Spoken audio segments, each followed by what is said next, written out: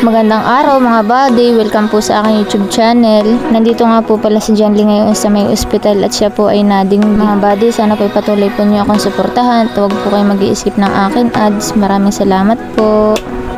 God bless po sa ating lahat.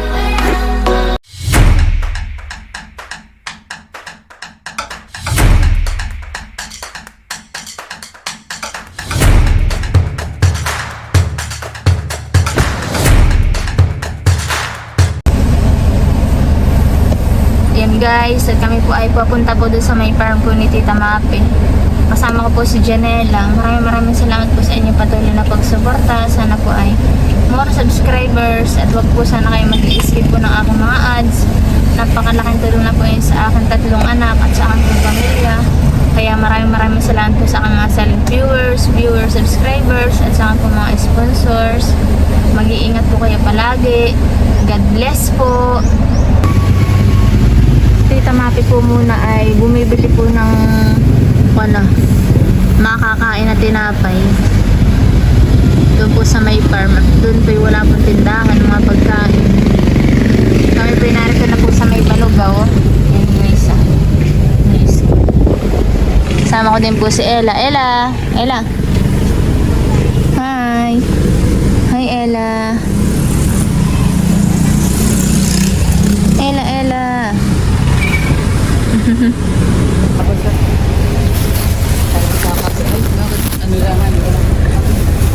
Yan guys. Yan po si Ella.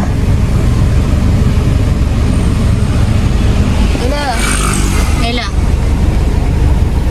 Si Tony po di sinay kasama ko ay sinama na lang po ni Inay. Si Janly po ngayon ay pinapacheck up at halos mga 2 linggo na po na pabalik-balik po ang lagnat. Kasama po ni Inay si Tony saka po si Janly. Pot kami paalis na uli. Napaka-sexy po ng driver. Parang laging paluwa si Tita Mape, papunta na ang naman bundok. Ganun pa ang outfit ni Tita pagka po napunta ng bundok. Sexy. May po ngayon at hindi po maalikabok dito sa Banugaw at kampuan. Umulan. Wait, ito ang halaman. Ano yan? Oo. Dahil ang bigat, akilo-kilo.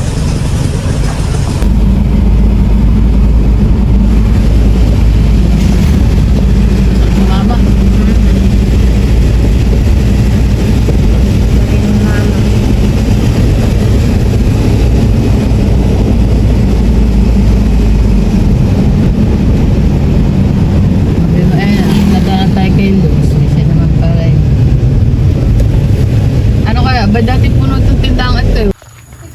Yun guys, at kami pakon Ha? Tuyo nga puhan eh. Nakailang beses na umulan na eh. Sinipsip lang ang hani. Baka walang laman yan Baka. Napaka-sexy po talaga na itong aking kasama. May bit-bit pang marami.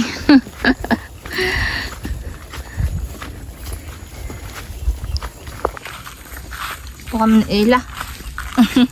Si Ella pinagkakain ng tinapay. Na Ella. Pinaakyat. Buong po yung aming nilakadan Pagod? Ella, pagod. Ay, pinarito na po sa kanyang mansyon. Sa farm po ni Tita Mape. Yan guys, sobrang ganda dito.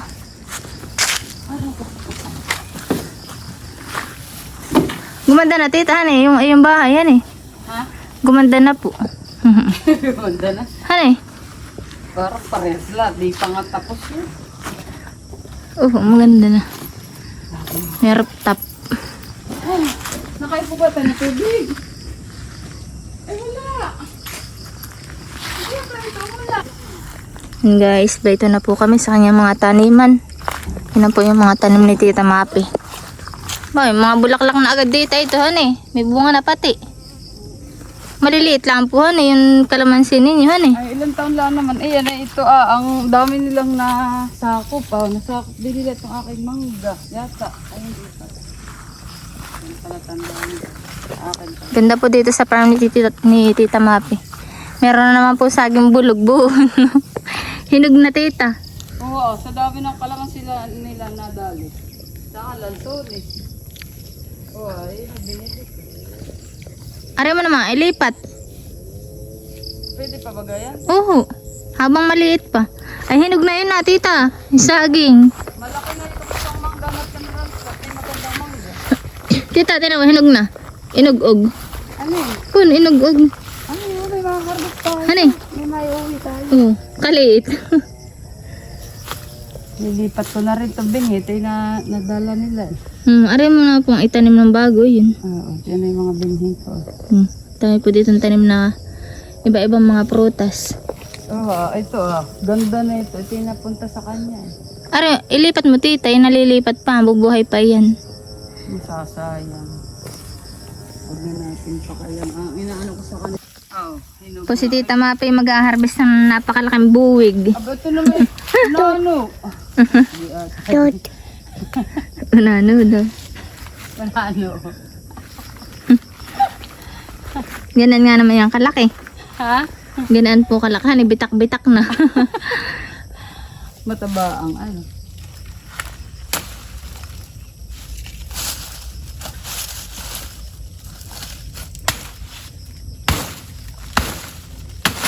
Oh, yan ang napupura pag bisita sa farm. Wala na, ito lang nasa pata na. Saging bulog po. Saging bulog na. Guys, nag-harvest na si Tita. Ang liit lang, bunga na. na. Dami ko pa naman binili. Buwan pa ho. Yan o, wala ka na Tita, buwan pa. Saan? Sa kabila. Yan. Saan? Yan, sa kabilang pa ah. Okay mo. Ito na yung mga hihinog. Buwan pa, may isa pa. Sa kabila. Wala ma? Buwan, sa isa. Saan? Sa likod. Ay, ilan to? Sakit. Pamigaan na. May ito pa nga eh. Ito po. Oh, nene oh. Ito. Oh, di ba? Unti-unti lang makakarami din. Tingnan mo, kita ang... Yan po si John Lee. 4 na araw na po dito sa hospital. At siya po yung nadinggi. Hi, gali. Hi.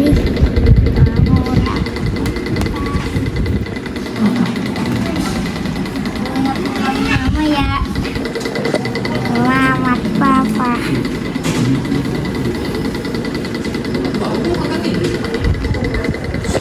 Baba po ang kanyang platelets.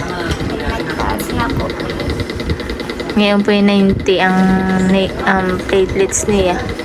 Kahapon po ay ilang araw po na 70 na lang. Ngayon po nataas naman po, kaya po kami ay pauwi na rin po. Naiinip na po si Jenly. Mahaba ng bakasyon. Hindi na po nakakapasok sa school. Si Jenly po ay kulang 3 linggo po na nagkasakit. Payatot na. Payatot na po sila. Ang paghapo ko tiyak ng dugo. Ito po nakakapon. Madami na ikaw nakuha ang dugo. Hapo dito. Tadtad na. Araw-araw pong kanukuha siya ng dugo. Pag minsan po ay 2 beses. Puro pa sana.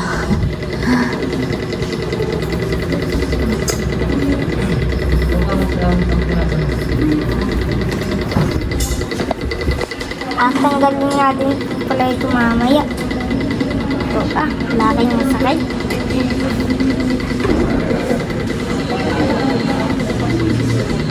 Mamaya po. Hindi na po makapag-vlog si Mama. Ngayon nagbabantay. Si Mama. Ay si Papa naman po nandun sa bahay nagluluto. At si Papa nga po kulay wala pong trabaho. Nag-aalaga. Isang linggo na po nag-aalaga sa amin. Di na makatrabaho eh. Ang papa. Ako hindi na makapasok. Kaya magpagaling ka na ikay mo. Nakamiss na ako magpasok. Kaya magpagaling ka na. Para ikaw ay makapasok na sa school. Hindi ka na makapag-test. May test kayo. Ha? Hindi ka na nakapag-test. Sala ka.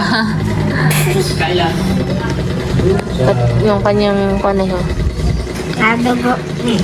Pag malikot. Pag natatangko po yung nadugo. Nadugo.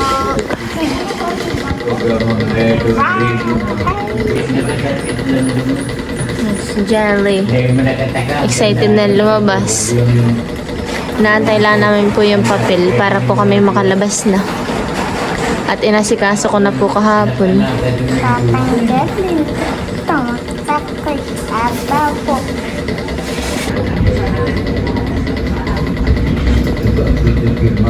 Si Jelly. Hindi na makapasok sa school.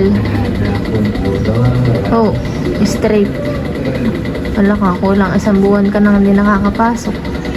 Bukas hindi ako papasok. May bawal ka pang pumasok at ikikuan pa ah. Mahina pa. Mahina pa. Magpagaling ka muna. Nakadami po si John Lincoln na. Dextrose.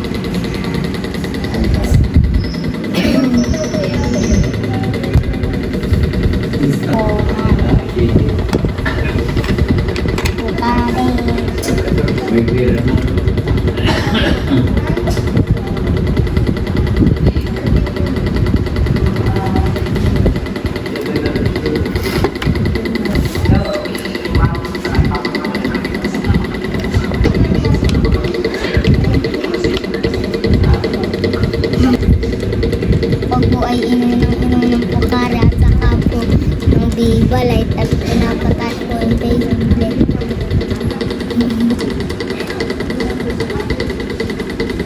Pag nagchat-chat si Ate Josie, Ako po naiinip na.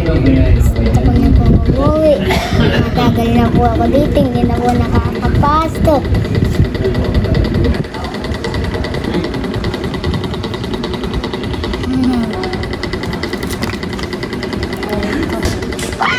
Meron po si Jan Jan. Pagi!